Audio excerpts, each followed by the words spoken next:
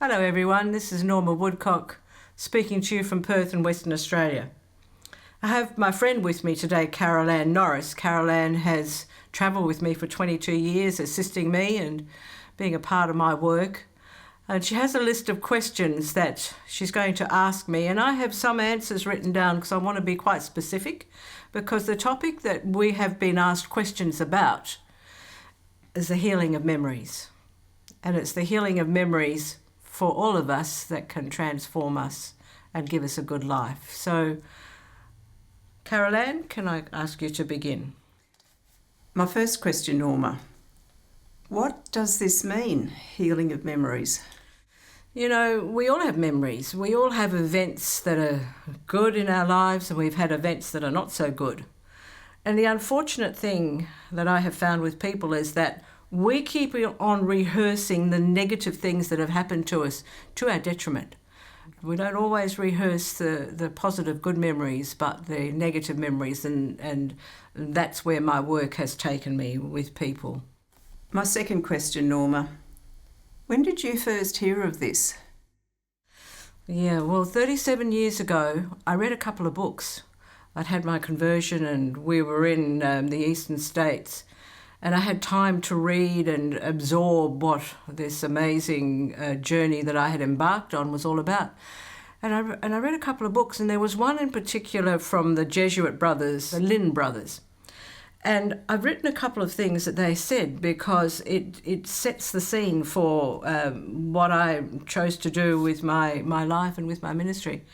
And this is what they said: healing a memory drains out our old fears and feelings and pours in Christ's feelings when we take his hand. Then they said in the book, often the healing is deeper if I give Christ not just my body but my imagination too. Whatever I vividly relive in my imagination affects me as if I really experienced it. And so that sort of set the scene for me when the occasion warranted for me to be able to work in this way. Yeah. My third question. How did you tell people about this? Well, it was so easy because I must have something on my face that says, please tell me your story, because people would just come and want to talk, and then they would start to share with me things that they could not forget. They would share with me stories, and sometimes they'd say, I haven't told anyone this, but you know what I can't get over is this happened to me when I was 5, when I was 15, when I was 25, when I was 35. And so it just presented itself. They would share their stories with me, and I was able to use this particular method of the imagination to help them to have a positive ending to that memory, as the Jesuits, the Lin brothers, said, to bring Christ into the scene and give them a different ending. It was a wonderful way of starting this work, really. What were the results, Norma? Well, the results were amazing, and for 37 years I've been working in this way, but I want to share the story so I can share the results of a man, and I'll call him John. That's not his name, I've changed his name. But I was working in the far north of Western Australia giving a mission, and this man came to see me, and whenever I give a mission I make myself available for private appointments, and always 35 to 55 people would make private appointments. And I can remember this man walking in, and his eyes were tormented. And he said to me, Norma, he said, I accidentally ran over a little girl 30-something years ago and I killed her. And he said, and every night for over 30 years I've had nightmares. And for over 30 years, every time I run over even a stone on the road, I have to get out of my car, my truck, and see what I'd run over. His eyes were just tormented. And I said, John, I want to pray in a very simple way. I want you to imagine that moment in that accident, what was the very worst moment? And he said, when I got out of my truck and I went round the back and I saw she was dead. So I said, I want you to go back to that moment if you can, but I want you to see the little girl alive there with Jesus, because she is alive. Do you think you can do that? And he said, I think I can do that. And he closed his eyes. And I said, just go round to the truck now, round the back, and can you see her? She's alive. And he said, she's smiling. And I said, just go and have reconciliation with her and tell her you didn't see, you didn't mean to do it. And I said, and talk with Jesus and tell him how sad you have felt for all these years. And he did. And then he opened his eyes and his eyes weren't as tormented. And he left and another person came in. But I was actually booked there a year later, so I asked to see John. And I said, John, I want to ask you, since that prayer, have you had any more nightmares? He said, not one. I said, since that prayer, have you had to get out of your car, your truck to see what you'd run over, even a stone? He said, not once.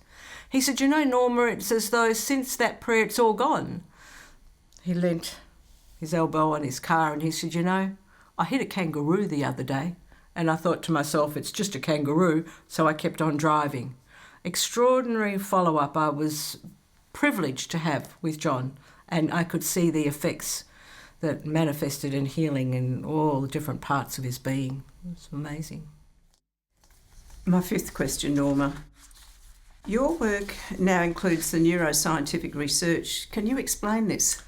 I've written down some specific points once again here because when the neuroscience started to hit my desk and I could see what science was saying behind a method that I had been using for many, many years, the Ignatian imaginative meditation method, I wrote down, I was awestruck.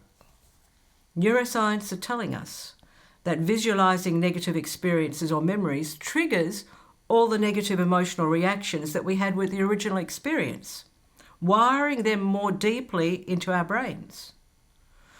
That's what John did. But the neuroscientists go on to say, but we can redesign, retranscribe these memories in a positive direction. And scientifically, this is called creative reconceptualization. In other words, bring to consciousness events that happened years ago. That's what John did. Retranscribe them and in the process rewire the plastic brain. John had a different ending to that memory, a positive, healthy, healing ending to that memory. So we wire out the negative and we wire in the positive, the new positive experience. And this is what one of the latest words around now, this is what neuroplasticity is. The brain is plastic and malleable and can be changed according to mental activity and experience. It's truly amazing. My last question, Norma. You personally have benefited from this. Would you mind sharing? I don't mind sharing if it's going to help people. I was severely abused as a little girl, and this amazing healing of memories has helped me to change in my deep unconscious events that kept pushing up the poison over and over and over. I was bullied as well. And so just to have a different ending just began to change my whole outlook in life. I can remember having stones thrown at me as I walked up the hill to school as a little 5-year-old, and I began to use the same method for myself. And so I saw Jesus walking that journey with me. And he was catching the stones and throwing them on the ground, and he walked in front of me, and the bullies lost their power, and Jesus showed me that I had my power back. I had him with me, and he walked with me to school. After that, it didn't worry me anymore. That's just a little example of the many, many, many events in my life that I have benefited from the healing of memories. Yeah, I'm happy to have shared that. So we come now to the end of this little segment, and I just want to thank you for listening and thank you for tuning in, and may God bless you in your journey. I hope that this has been beneficial for you. God bless.